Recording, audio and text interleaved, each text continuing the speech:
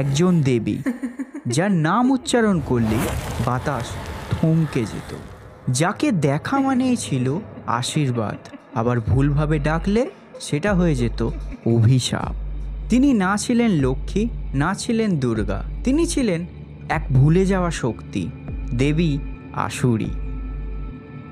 ঋগ্বেদের মন্ত্রেও তার অস্তিত্ব লুকিয়ে আছে, কিন্তু ইতিহাস তাকে লুকিয়ে ফেলেছে।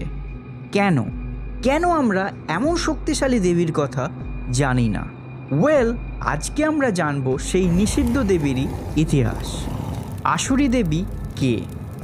প্রাচীন বৈদিক যুগে অসুর মানে কিন্তু কোনো খারাপ বা অশুভ কিছু নয়, বরং বৈদিক যুগে অসুর মানে ছিল আশুযুক্ত রা, যার মানে হলো প্রাণ শক্তির অধিকারী, অর্থাৎ শক্তিধর একটা সত্তা। এই শক্তিধর সত্তার মধ্যেই অন্যতম ছিলেন দেবী আসুরি।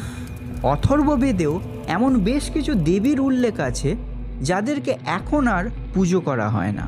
উদাহরণ হিসাবে বলা যায় যেমন অদিতি, পৃথিবী, মেধা, বসুপত্নী, রাত্রিবাক ইত্যাদি। এই সমস্ত দেবীর পুজোই বৈদিক যুগে হতো, কিন্তু বর্তমান সময়ে আর দেখতে পাওয়া যায় না। এবার মানবকুলের মতো অসুরকুলেও কিন্তু নিজস্ব দেবদেবী ছিল। অথর্ববেদ মতে অসুরকুলের দেবীদের মধ্যে অন্যতম দেবী ছিলেন দেবী আসুরি। কখনো তিনি অসুর কন্যা রূপে, আবার কখনো তিনি আসুরি মায়া রূপে চিহ্নিত হয়েছেন।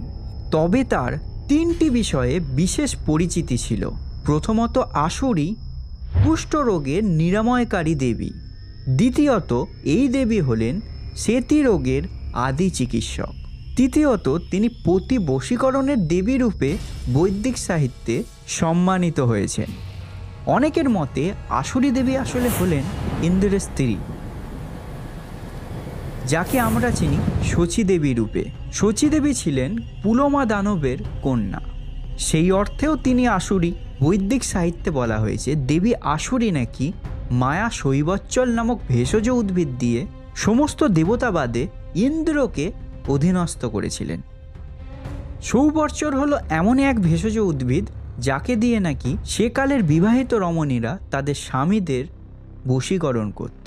লোকবিশ্বাস মতে সৌবর্চল নামক ভেষজ উদ্ভিদকে যদি স্ত্রী তার কাপড়ের খুঁটিতে বেঁধে রাখত, তাহলে নাকি তাদের স্বামী পরনারীর নাম অবধি উচ্চারণ করত না।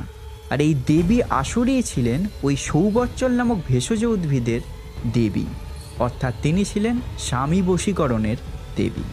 অথর্ববেদের প্রথম কাণ্ডে দেবী আসুরিকে সুপর্ণ বিজয়ী বলা হয়েছে। ভাষ্য অনুসারে সুপর্ণ হল গরুর পক্ষী। আসুরি দেবী নাকি ওই গরুরের একটা পাখনা কেটে দিয়ে তার রক্তের সাহায্যে একটা বিশেষ ভেষজ ওষুধ তৈরি করতেন, যার নাম হলো নীলি। আর এই নীলির দ্বারাই তিনি কুষ্ঠরোগ নিরাময় করতেন।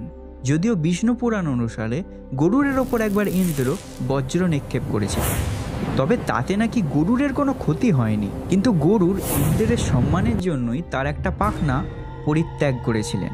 সেই পাখনাটাই ছিল নাকি সুবর্ণের মতো মনোহর, সেই কারণেই ইন্দ্র গরুরের নাম রেখেছিল সুপর্ণ।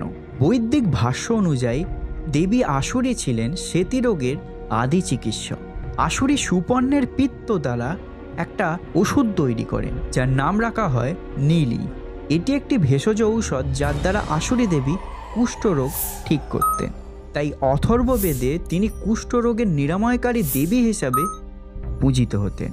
পরবর্তী হিন্দু ধর্মে আর আসুরি দেবীর নাম না দেখা গেলেও অসুরী নামে একজন দেবীর কথা বজ্রযানে রয়েছে। ডাকার্ণব নামক গ্রন্থে বলা হয়েছে ৩৬ জোড়া ডাক ডাকিনীর মধ্যে অন্যতম ছিলেন অসুরী দেবী। এই দেবীর গায়ের রং ছিল লাল, সাদা ও কালো রঙের মিশ্রণ। তিনি চতুর্ভুজা এবং তার হাতে ছিল খর্প, দণ্ড, বাদ্যযন্ত্র ও কৃপাণ। আর দেবীর অবস্থান হচ্ছে কায়াচক্রে। তাহলে এই আসুরি দেবী আসলে কিসের দেবী? এই আসুরি দেবীকে মানুষ ডাকত জীবনের সবথেকে কঠিন মুহূর্তে, যেমন ধরুন কোনো রোগ সারছে না, তারপর শত্রুর ভয় বা ঘর বাড়িতে কোনো বিপদ দেখা গেলে, বা যখন কৃষিক্ষেত্রে বিপদ নেমে আসতো, তখন এই আসুরি দেবীর পুজো করা হতো। ইতিহাস বলে যেসব দেবতার এই সব গোপন জ্ঞান ছিল, ইচ্ছা করি সময়ের সাথে সাথে তাদের গুরুত্ব কমিয়ে দেওয়া হয়েছে। আসুরি দেবীও সেই তালিকার মধ্যেই পড়ে।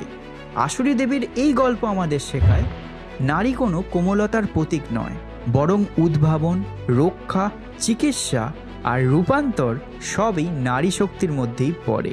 তিনি ছিলেন প্রকৃতির অন্ধকার দিকের আলোকধারিণী, যিনি শিখিয়েছেন নিজের শক্তিকে চেনো, তা নিয়ন্ত্রণ করে পৃথিবীকে বদলে দাও। এই রকমই ইন্টারেস্টিং অপদেবী এবং বিভিন্ন লৌকিক দেবদেবীদের নিয়ে আমি ভিডিও বানিয়ে থাকি। আপনারা যদি এই সমস্ত ভিডিওর প্রতি ইন্টারেস্টেড হন তাহলে আমার এই চ্যানেলটাকে অবশ্যই সাবস্ক্রাইব করবেন এবং আজকের এই পর্বটা কেমন লাগলো আপনাদের নিচে কমেন্ট সেকশনে অবশ্যই জানাবেন। এছাড়াও আর কি নিয়ে আপনারা ভিডিও দেখতে চান সেটাও কমেন্ট সেকশনে জানাতে পারেন। দেখা হচ্ছে পরবর্তী ভিডিওতে। নমস্কার।